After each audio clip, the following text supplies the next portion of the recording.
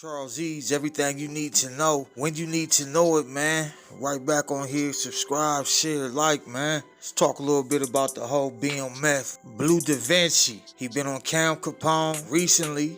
Did some dialogue with gullytv, man. I was privy to check that out. Gully put it on his podcast, and he put some of it on YouTube, man. bleudavinci, man. Blue, he exposing a lot of shit, man. He talking about the snitch rumors, in which we pretty much knew it was no paperwork, and this shit came out of left field, man. Blue was one of the last niggas to go to jail. If you just look at it, man, if you look at the time frame, like, the snitching shit don't make no sense, man. But people, because they had their own personal axe to grind, man, they wanted to run with the stool. Blue even talked about Jeezy. Yes, he talked about Jeezy. He said, man, he said Jeezy signed that motherfucking that record label contract behind their back, man, like crazy, man.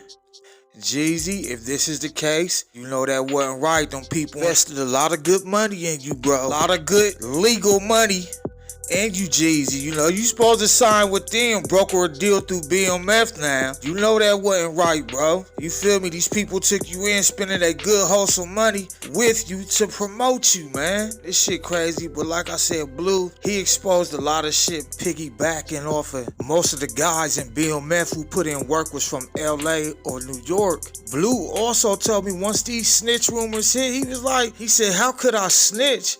He was like, none of my niggas who I bought with me from Cali, none of them got locked up on the BMF shit, man. He said they might have caught cases, you know, back in Cali to some shit and Cali moving around. He said, but as far as them getting locked up under the BMF shit, in the BMF shit, he said, it didn't happen, man.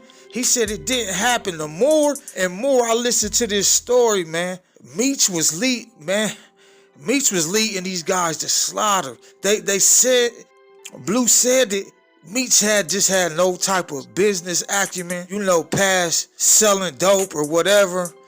He said the business mind just wasn't there, which another reason I put it together that maybe this is why Jeezy got away and went behind their back, they said, and signed these record deals with labels outside of BMF that had no dealings with BMF. I was like, damn, you know, that's right. They trying to make this a legal enterprise. They trying to make it legal, investing so much money into making it legal and making everything look big and entertainment. But they can't even secure the record contract of their main artist, man, of their main entertainment entity, Young Jeezy. That speaks to the lack of business savvy that whoever was a part of, was a part of or didn't have parts of. You feel me? So it's just a lot of shocking revealings. And Blue said as much as he could, he tried to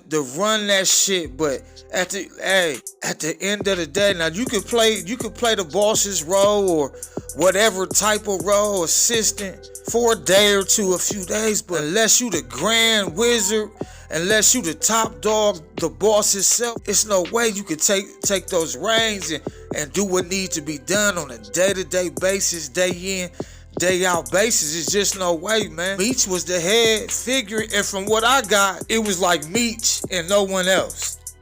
Meech didn't want to see nobody, talk to nobody. He didn't want to have no new people around, which I don't understand why you wouldn't want to have maybe a realtor or an investor or maybe an exec, someone like shit. They can't bring you down long as you don't show them what you doing, how you get your money. If you bringing them in solely on some legal shit, legitimate shit, it should be no way that they around and they learning of your illegal activities to bring you down at a later date. Unless it's already a sale within your organization, unless your organization is already compromised with snitches, with rats, with informants, whatever you want to call it, man. It's just no way. So it's just, man, this shit is crazy, man. This shit is crazy, man. They threw that snitch tag on this man with no paperwork, man.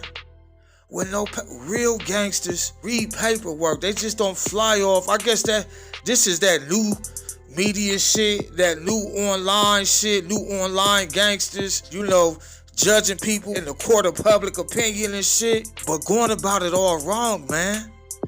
You gotta read that paperwork, man. You gotta read that paperwork. You got to, man. But this shit is interesting, man. This shit continues to gain traction. Now, you gotta remember, niggas is constantly coming home that was up under that BMF umbrella, man. So this story continues to take on new legs, new variations, new dynamics with these guys getting out of jail and finding out, yo, it's money in me telling my story. And along with my story, it's money in me telling my story in a biased way with an axe to grind, man. J-Bo.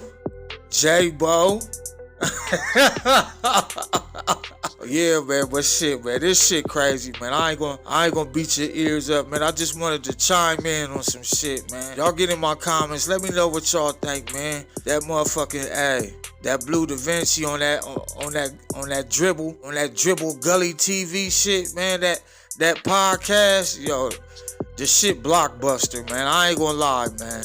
The shit, I listened to that shit when he dropped it on YouTube. I listened to that shit like 3 or 4 times, just back and forth, trying to comb for anything, trying to fill in the blanks, any missing links. Listen to that shit back and forth, man. Back and forth, doing the work, man. Being real investigative. You feel me? Being real investigative about my good work, about my product, man. Because my stamp is on it, man. But listen, that's my time, man. Like I said, y'all get in the comments, holler at your boy, man. Let me know. What did y'all find out, man? What did y'all find out? Is this shit credible that Blue is saying, man? Is J-Bo, do J-Bo seem truthful? Let me know. If J-Bo got an axe to grind, state what that axe is. Get in my comments, charlesease. Subscribe, share, like. That's my time. Until next time.